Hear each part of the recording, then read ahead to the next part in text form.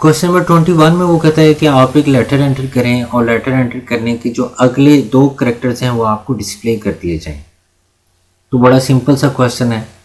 देखिए ये character type का एक वेरिएबल डिक्लेयर किया गया है, सी आउट की स्टेटमेंट को यूज़ किया गया और सी इन के साथ जो हमने ये अपना वो जो करेक्टर है वो हमने इनपुट करना है। उसके बाद हमने स्टेटमेंट लिखी है द टू लेटर्स आर, कि जो नेक्स्ट टू लेटर्स हैं वो किस तरह से फाइंड आउट किए जाएंगे कि ये जो हमारे पास करेक्टर, ये जो लेटर हमने एंटर किया था इसकी जो टाइप है वो बेसिकली क्या है कि इसके अंदर हमने 1 ऐड किया है। तो 1 ऐड करने के बाद इसका जो आस्की कोड है उसके अंदर एक्चुअली 1 ऐड किया जाएगा और ऐड करने के बाद उसकी जो टाइप है वो करेक्टर टाइप जो वो बना दी जाएगी और आपको वो लेटर जो वो डिस्प्ले कर दिया जाएगा। इसी तरह अगर इसी करेक्टर के अंदर हम 2 ऐड करते हैं तो यानी अगर मिसाल के तौर पे मैंने यहाँ पर कैपिटल ए लिखा था तो कैपिटल ए का जो कोड है वो 65 है, 65 में 1 ऐड करके 66 बना दिया जाएगा। 66 की जो टाइप है वो चेंज कर दी जाएगी, तो 66 जो आस्की कोड है उसका जो लेटर बनता है वो बी बनता है। इसी तरह से अगर 65 के अंदर 2 ऐड किया जाएगा तो 67 बन जाएगा। तो 67 का जो करेक्टर टाइप के अंदर जो वो उसकी वैल्यू जो वो चेंज कर दी जाएगी, तो वो यहाँ पर सी आपको शो करवा दिया जाएगा। तो बेसिकली ये टाइप कास्टिंग जो परफॉर्म की गई है आपने जिस तरह से मैंने वहाँ पर जो पिछला प्रोग्राम था जिसमें मैं आपको बता रहा था, तो मैंने 65 की जो टाइप थी वो मैंने करेक्टर टाइप जो वो कर दी थी। तो 65 के अगेंस्ट उसने मुझे क्या शो करवाया था, मुझे उसने ए शो करवाया था। तो इसलिए वो कहते हैं कि जो टाइप कास्टिंग है वो एक बड़ा इंपॉर्टेंट फीचर है जो कि अक्सर जो प्रोग्राम्स के अंदर जो हम इसको इस्तेमाल करते हैं। तो अगर इसमें 1 ऐड करेंगे तो जाहिर है फिर अगला करेक्टर जो मिलेगा, अगर 2 ऐड करेंगे तो उससे अगला, और अगर 4 ऐड करेंगे तो फिर जो उसका जो 4th करेक्टर होगा वो हमें शो करवा दी जाएगा। जी स्टूडेंट्स, ये समझ आ गई आपको इसकी? जी सर। अच्छा जी, उसके बाद क्वेश्चन नंबर 22 है, थोड़ा सा कॉम्प्लेक्स था। इसमें आपको वो ये कहता है कि आपने एक 5 डिजिट्स का नंबर इनपुट करना है। मिसाल के तौर पे आप 1 2 3 4 5 जो एंटर कर देते, तो वो जो नंबर है वो पहले तो उन नंबर्स को सेपरेट करेगा और सेपरेट करने के बाद उन नंबर्स को जमा कर देगा। यानी अगर आपने 1 2 3 4 5 एक नंबर एंटर किया, ये आपने एक ही नंबर एंटर करना है। ये आपने 1 by 1 5 ये आपके वेरिएबल्स नहीं है, ये आपका वेरिएबल एक है, इंटीजर नंबर। तो enter a number whose sum of digit is to be calculated, या आप सिंपल यहाँ पर ये लिख सकते हैं कि एंटर 5 डिजिट नंबर, और नंबर के अंदर आपने वो इनपुट लेनी है और आपने यहाँ पर एट वंस 5 डिजिट नंबर जो वो इनपुट करना है 1 2 3 4 5 और लिख के आपने एंटर प्रेस कर देना है। प्रोग्राम क्या करेगा कि उन नंबर्स को एक तो अलहदा करेगा, 1 को अलहदा कर देगा, 2 को अलहदा, 3 को अलहदा, 4 को अलहदा, 5 को अलहदा। आप ये काम पहले कर चुके हैं ना, जो हमने रिवर्स ऑर्डर में प्रिंट आउट करना था, हम ये काम पहले कर चुके हैं। तो आपने उनको क्या करना है, आपने उनको जमा कर देना है। तो यहाँ पर ये ज़रा थोड़ा सा उसने जो तरीके का थोड़ा सा वही रखा वही है, लेकिन वो साथ साथ ऐड भी करता है।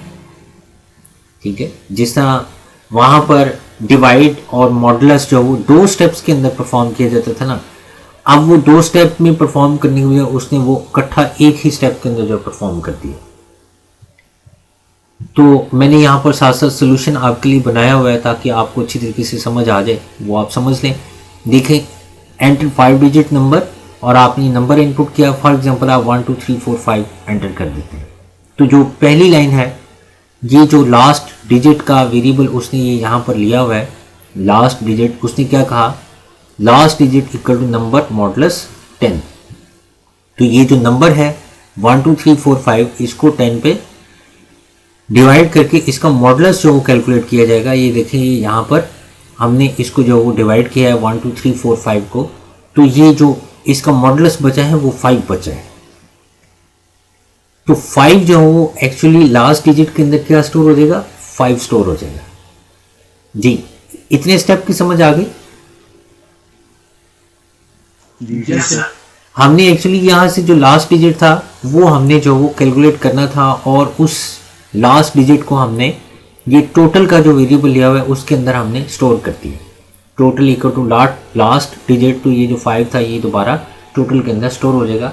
अब हमारा जो नेक्स्ट स्टेप है वो ये होना है कि ये जो बाकी जो वैल्यू बची है इसमें से अगेन ये लास्ट डिजिट को सेपरेट करना है और इसको इस टोटल के अंदर ऐड करते जाना है। फिर जो बाकी बचेंगी इसमें से 3 को सेपरेट करना है, इसको इसके अंदर टोटल के अंदर ऐड कर देना है। फिर 2 को जो वो ऐड कर देंगे, फिर 1 को ऐड कर देंगे, तो ये सारे नंबर्स क्या हो जाएंगे, ऐड हो जाएंगे। सो इसके लिए ये जो 2 लाइंस हैं, next digit equal to number divided by 10 then modulus 10, ये वही 2 स्टेप्स हैं जो हम पिछले प्रोग्राम में कर चुके हैं जिसमें हमने इन नंबर्स को सेपरेट करना था। लेकिन यहाँ पर हम ये दोनों स्टेप्स इकट्ठे जो वो कर रहे हैं। इकट्ठे क्यों कर रहे हैं? क्योंकि ये हम पहले जो वो दोनों स्टेप सेपरेट कर चुके हैं। तो पहले यहाँ पर डिवीजन होनी है, डिवीजन होने के बाद फिर जो रिजल्ट आना है उस रिजल्ट ने क्या करना है, 10 के साथ उसका मॉडुलस कैलकुलेट हो जाना है। तो देखें डिवीजन किस तरह से किए, इस डिवीजन का रिजल्ट तो ये ऑलरेडी पहले भी यहाँ पर आया है, ये हमने मॉडुलस फाइंड आउट किया था। और अगर हम डिवाइड करें तो ये जो डिविजिबल वैल्यू है वो कहाँ पर जाएगी, इसकी जगह पर जाएगी। नंबर ये है 10 पे आपने इसको डिवाइड करना है, ये आपका मॉडुलस है, तो जो क्वोशंट आया है वो 1 2 3 4 आएगा ना, क्योंकि जो डिवाइड है, डिवाइड तो सिंपल जो हो ये इंटीजर जो हो हमने सारे वेरिएबल्स लिए हुए हैं, पॉइंट के बाद जो वैल्यू है वो स्टोर नहीं की जाएगी, सिर्फ पॉइंट से पहले वैल्यू स्टोर की जाएगी। तो ये जो इतना एक्सप्रेशन है नंबर डिवाइडेड बाय 10, इसका जवाब क्या आना है, 1 2 3 4। तो 1 2 3 4 मॉडुलस 10 यहाँ पर किया गया। ये देखें 1 2 3 4 मॉडुलस 10 किया तो इसका जवाब क्या है, 4 है। तो ये दोनों स्टेप्स हमने रिपीट करने हैं। अब ये देखिए ये जो 4 आ गया, 4 को हमने क्या करना है कि total equal to total plus next digit, यानी टोटल के अंदर पहले 5 स्टोर था, अब इसके अंदर नेक्स्ट डिजिट जो वो ऐड कर दिया जाए तो ये टोटल जो वो अपडेट होकर इसके अंदर क्या स्टोर हो जाएगा, 9 स्टोर हो जाएगा। जी क्लास, इन दोनों स्टेप्स की समझ आइए आपको? जी सर। 10 से क्यों डिवाइड कर? वैसे 10 से हम इसलिए डिवाइड करते हैं कि हमारे पास ये जो लास्ट वैल्यू है ना वो जनरेट हो जाए। हमने वहां भी तो हमने 10 पर डिवाइड करके देखा था ना, पहले 10 पे किया था, फिर 100 पे किया था, फिर 1000 पे किया था। जो जो हमारे पास नंबर्स की तादाद बढ़ती जाती है हम ज़्यादा नंबर्स के साथ जो उसको डिवाइड करते जाते हैं।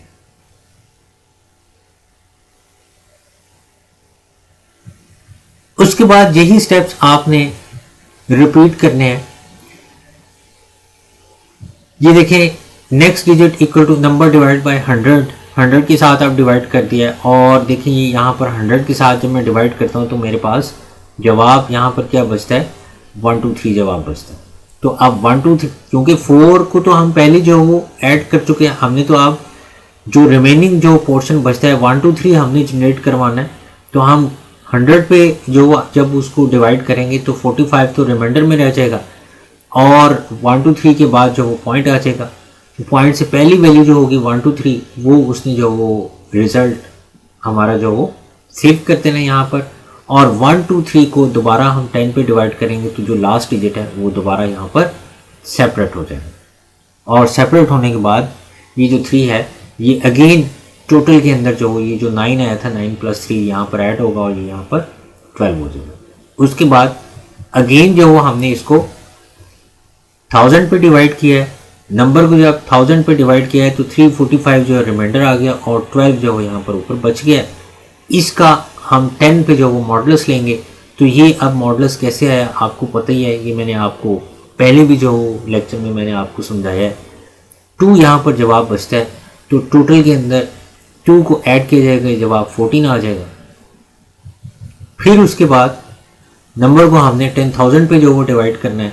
10,000 पे जब हम डिवाइड करते हैं तो 10,000 1 ज़ा 10,000, 2345 जो है रिमाइंडर बचेगा, और 1 मॉडुलस 10 आया है, तो ये वही रूल्स जो यहाँ पर फिर इम्प्लीमेंट किए गए हैं जो मैंने आपको पिछले क्वेश्चन के अंदर समझाए हैं कि आपने 10 जो यहाँ पर डिवाइड करने के लिए बाहर रखा, 1 लगाया, क्योंकि 1 छोटा है इसलिए आपने 0 पॉइंट लगा दिया, यहाँ पर 0 लगा के 10 1 are 10। तो अब ये इसका क्वोशंट है, इस क्वोशंट का जो होल पार्ट है उसको हमने मल्टीप्लाई करना है डिवाइज़र के साथ। जवाब 0 आया, जो जवाब आया उसको हमने डिविडेंड में से माइनस करना है, तो वो हमारा इसका रिमाइंडर होगा। तो ये जो जवाब है ये अब यहाँ पर इसका इस एक्सप्रेशन का जवाब 1 मॉडुलस 10 का जवाब 1 आएगा।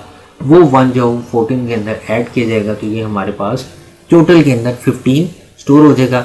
यही हमारा जो एक्चुअल रिजल्ट है जो कि यहाँ पर हमने शो करवाना। तो यहाँ पर अगर आप देखें तो यही 2 स्टेप्स जो वो बार बार परफॉर्म किए हुए हैं। मैंने आपको कैलकुलेट करके इसलिए शो करवा दिया ताकि आपको इनकी लॉजिक समझ आ जाए कि उसने ये स्टेप्स क्यों परफॉर्म किए। आप एक दफ़ा अगेन जो वो कॉपी पे इसको सॉल्व करेंगे तो आपको समझ आ जाएगी। ये कोई भी 5 डिजिट जो नंबर आप इनपुट करेंगे तो जो लॉजिक है आपकी, ये उन नंबर्स को अलग करके उनको जमा करते हैं। जी स्टूडेंट्स, समझ आइए आपको इसकी? जी सर ये सिर्फ 5 डिजिट के लिए है ये जो प्रोग्राम है? ये सिर्फ 5 डिजिट के लिए। अगर 6 डिजिट करते हैं आप तो फिर ये दोनों स्टेप्स अगेन आपने यहाँ पर लिखने हैं। और यहाँ 10,000 लिखा है, वहाँ पे आपने फिर एक 0 और जो इंक्रीज कर देना है, लेकिन स्टेप्स यही होंगे। इसमें अगर लूप लग जाए सर?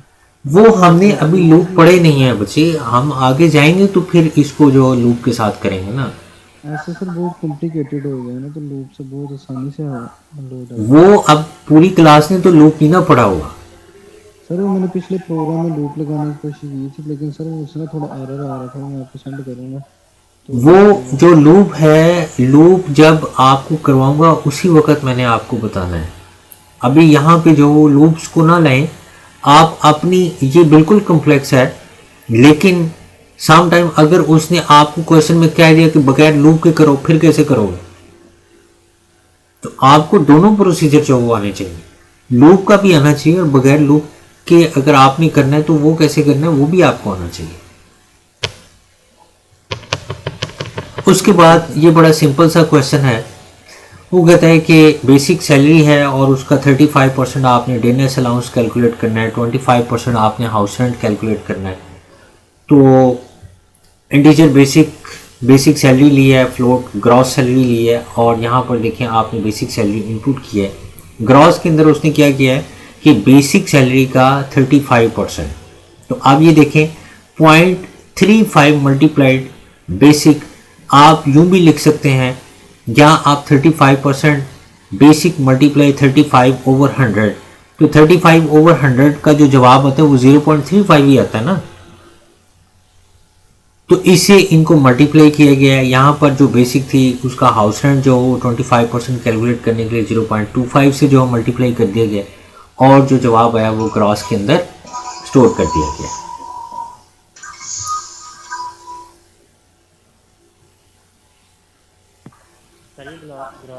इस क्वेश्चन की सभी थोड़ी क्लियरेंस नहीं हुई। क्वेश्चन जरा सभी क्लीन कर दें, क्या है समझ नहीं लगी इसमें।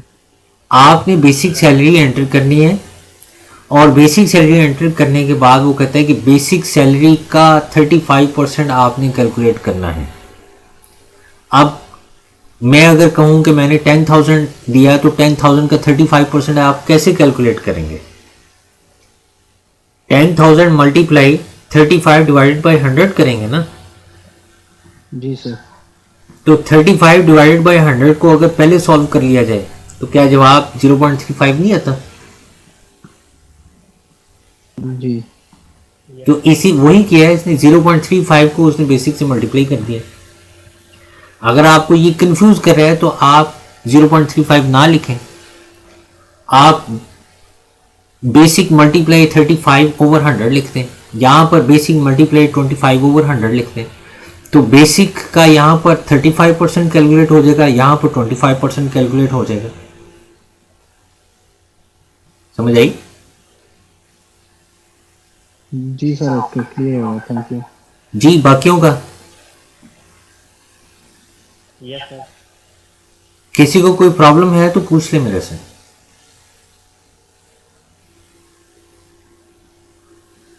क्योंकि उसने कहा था कि बेसिक में आपने 35% बेसिक का ऐड करना है एज ए डेयरनेस अलाउंस के तौर पर, और बेसिक के अंदर ही आपने 25% जो वो ऐड करना है हाउस रेंट, और वो आपने बेसिक के अंदर ऐड करने थे ये सारे, और फिर जो ग्रॉस सैलरी, ग्रॉस सैलरी वो सैलरी होती है जिसके अंदर हर तरह के जो अलाउंसेज होते हैं वो ऐड कर दिए जाते हैं, उसको ग्रॉस सैलरी कहते हैं।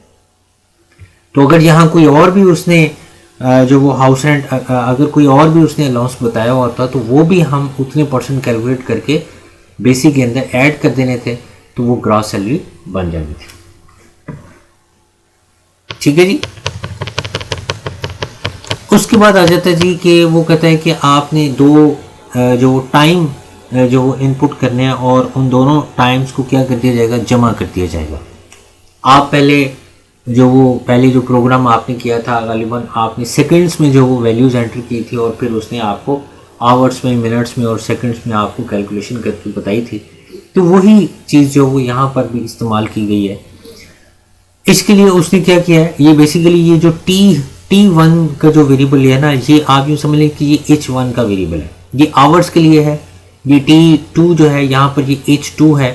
ये चूँकि हमने दो टाइम इनपुट करने हैं और उन दोनों टाइम्स को क्या कर दिया जाएगा, जमा कर दिया जाएगा। लिहाजा आप यहाँ पर T1 और T2 की जगह क्या लगा लें, H1 और H2 लगा लें, और T की जगह पर आप H लगा लें। यानी आवर्स के अंदर जमा हो जाएंगे, मिनट्स के अंदर जमा हो जाएंगे, और सेकंड्स के अंदर जमा हो जाएंगे। समझ आ गई बात की इतनी कि ये वेरिएबल्स क्यों लिए। जी सर। उसके बाद वो कहता है enter the two times in the format of, ये टी बेसिकली एच लगाना था उसने, यानी आवर्स, मिनट्स और फिर सेकंड्स। सी इन के अंदर पहले जो वो H1 आपने लिखना है, फिर M1 यानी मिनट्स के लिए, और फिर S1 सेकंड्स के लिए। उसके बाद फिर आपने H2 लिखना है, फिर M2 लिखना है और S2 लिखना है। तो इनके अंदर वन बाय वन जो वो आपने वैल्यूज जो वो इनपुट करनी है। पहले आवर्स की वैल्यू इनपुट कर दी, फिर उसके बाद मिनट्स की वैल्यू इनपुट कर दी, फिर सेकंड्स की वैल्यू इनपुट कर दी। तो ये आपका पहला टाइम कंप्लीट हो गया। दूसरा टाइम, फिर दूसरे टाइम की जो वो आवर्स की वैल्यू इनपुट कर दी, दूसरे की जो मिनट्स की वैल्यू इनपुट कर दी, और दूसरे के जो सेकंड्स की वैल्यू थी वो आपने इनपुट कर दी। जी समझ आ गई इतनी कि इनपुट किस तरह से करनी है। हाँ जी सर ऊपर जो आपने बताया कहा था कि T1 और T2 को एक्स्ट्रा, हाँ जी H1 कर लेना ना, आप H1 कर लें। ये T1 T2 तो कंफ्यूज कर रहा है ना।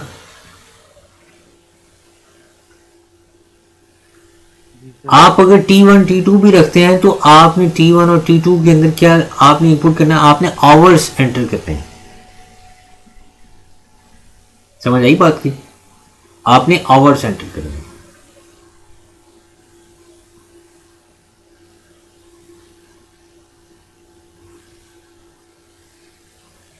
नहीं समझे।